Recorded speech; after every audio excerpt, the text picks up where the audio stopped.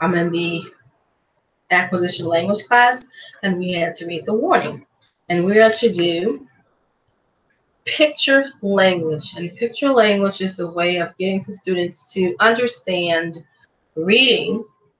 And I can see that it works for reading comprehension, sequencing, vocabulary, and any other things that you can incorporate for whatever particular learning lessons that you are trying to do for your class.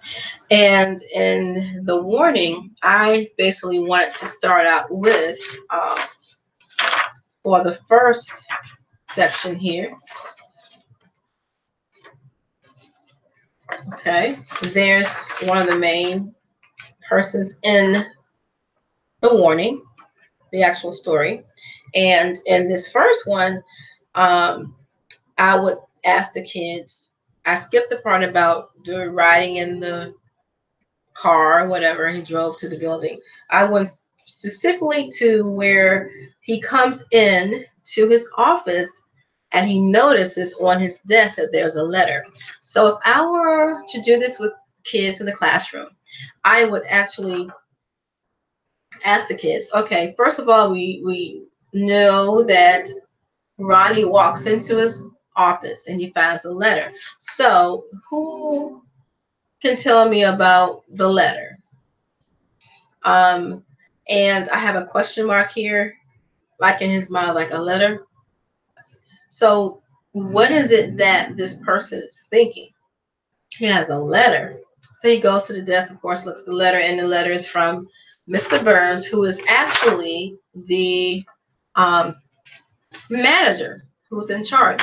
So I would ask the kids, okay, if this is a person that's in charge and they've written a letter for you and they put it on your desk to make sure that you see it, what do you think is going to happen? What do you think it's about? Because actually with that question mark, the person is thinking, okay, what is this about? Oh, am I in trouble? And I would get them to realize or scaffold this if they didn't understand what I was talking about and actually do something else that's similar and say, okay, what if the teacher calls your house? Or let's go further than that and say the principal calls your house.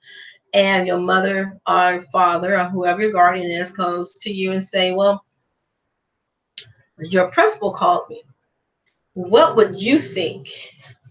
And then they could go on and tell me, like, if they realize they didn't do anything, they'll be like scared and worried about, okay, what did I do to cause the principal to call my house?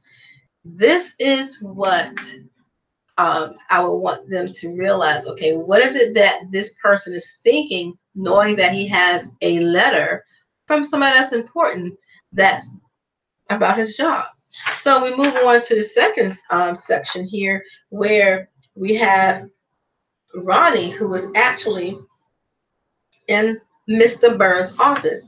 And Mr. Burns is actually the manager. So here I have a little section here where the manager is thinking, does he know why he's in my office? So here is Mr. Ronnie's, Ronnie's saying, well, hello, Mr. Burns. And they're speaking to one another.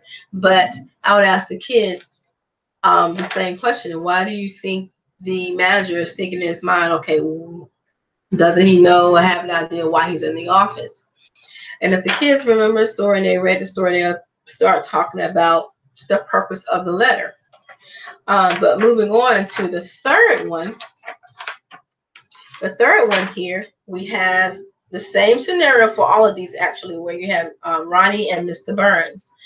So Mr. Burns is talking, and I will ask the kids, okay, what is Mr. Burns talking to Ronnie about? So I'm talking to the students, and the students would say, well, and I would have my popsicle sticks and calling on a student at a time. Of course, that's what we usually do in our classes, use our popsicle sticks. So we would actually call on different people. So this would be, I'm trying to make sure I can see with my webcam here, but section 3 right here. And I would ask the kids, okay, what do you think the manager is actually saying to Ronnie now? After the manager appears, thinking, okay, well, does he think he realized why he's in my office? But in this one, he's actually saying something to him. So what would he say now? And the kids should realize, or the students should realize, that he's asking him, if they remember the story, um, what is wrong with you? And I would ask the kids, okay, if he said, what is wrong with you here in this section 3, what is it? What is happening? Why is he asking this question? And they should come up with the idea of why he's asking that question. And then, of course, Ronnie, on the other hand, is here saying nothing. Um, you know, he said, oh, no, I'm not, there's nothing wrong with me. He's not. They remember that he said he's not sick, because that's what they're asking him about. The manager asking him about. And then here in section 4, it says, I have to fold this because it's not really seen as the way I want it to be seen. Okay, so here for number 4, with this one, the manager is talking about the department, so as a whole. And I would ask the kids, okay, does he mean by department? Department calls, what are they talking about? Because with the group of kids that I service are in the middle school, and they may not know what this man is talking about. Department.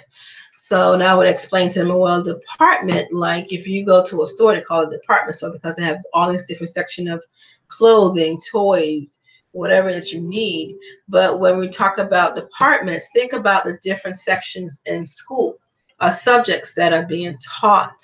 And then they can tell me the different subjects: math, science, social studies, and whatever else they can think of. And I will let them know that's departments. Those are the different departments of which the teachers are in to teach those subjects. Well, with this one right here, whatever section that Ronnie is in on his job, that is who his manager is talking about. He's talking about that section of people in his department. We're talking to him about the problem that Ronnie is having. So with that being said, I would ask the kids, okay, if Ronnie is having a problem, the manager's called him in the office and given him a letter. So why did he give him a letter? He received a call from the department in which he works. And why would they give a call to the manager? Because knowing you call the manager, it's like talking to the principal, you're in trouble.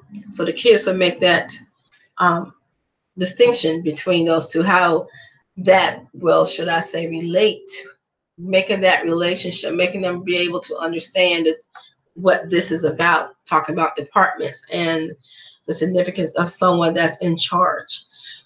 So those are the things that I would try to get out. And then moving on to the section 5, here, this is the section where, of course, Ronnie's looking like, okay, with a question mark, like, what is this about? Because he's not really thinking what's going on. I would ask the kids, okay, you have Ronnie still with a question mark. He's already said he sent him a letter. The other thing is he told him about the department for which he works in, has called him about his department, and he's letting them know that the department is falling down. In other words, they are not at the top anymore. They're going down. I would actually take that and compare it to the 3 classes. Well, I'll just say the 2 classes I have in 7th grade math. I would say, okay, here's the benchmark. The first class, overall, they had like a 65%. But the last class, overall, ended up with an 80%. So who came out better would be the last class. Well, I would compare that and let them know with this, he's working in that particular department. There are other departments within that particular job for that employer. So therefore, if his department is going down, so that means they're not doing that well. So we will have conversations on, about things like that to make sure they understand what really happens in the real world when you talk about jobs and managers, your positions, and how things work to make sure they understand the story. And then the last part here for 6, I just thought about putting things in here but leaving blanks. So to ask the kids, I said, okay, here is the manager still talking to Ronnie. Turn it this way. Still talking to Ronnie. We fold it, trying to make sure you can see. Okay. The manager is still talking to Ronnie. Here's the manager at his desk right here talking to Ronnie. And right here I said, missing no pay. You're missing what equals no pay. So it's missing blank. So with the kids that I service, I would probably have to give like some type of clues, and I could do this, missing what for no pay, and that would let them know, okay, and what is that? Some of them will come up with, if you don't come to work, you don't get paid. So I would let them know, okay, what days do you go to work on a normal basis? Same time, same way you go to school, what days? And they'll come up with the word, days or whatever. And then here for Ronnie, I have here it says will come to blank. So if the manager was on him about days of not coming to work like he should, and then I have here what's missing, will come to blank. So that means Ronnie will what? To the students, Ronnie will come to work. So therefore, he said he will not miss any days, because in the story it shows that when he's asked about these days, he's not really that sick. So there's no excuse for those days that he's absent. But we will discuss this further, and I hope that this can be seen. I'm trying to make sure. Okay, so that's the 1, 2. Here again, here's Ronnie looking at his desk, seeing that there's a letter there, and his mind's like, a letter? Like what? Like why? So he finds out from Mr. Burns, so he goes walking over, which we didn't put on that part in, but the kids would know that he is actually gone to Mr. Burns' office, and that's when he addresses him with hello. And Mr. Burns is thinking, does he really know why he's in my office? So, and then this is something that I would actually do more than once, because repetition is needed for, especially with the kids that I do service, because I do have some ID students. But I don't teach reading. I'm a math person. So this was difficult for me, but I'm hoping that this actually will work. Okay. And that's it.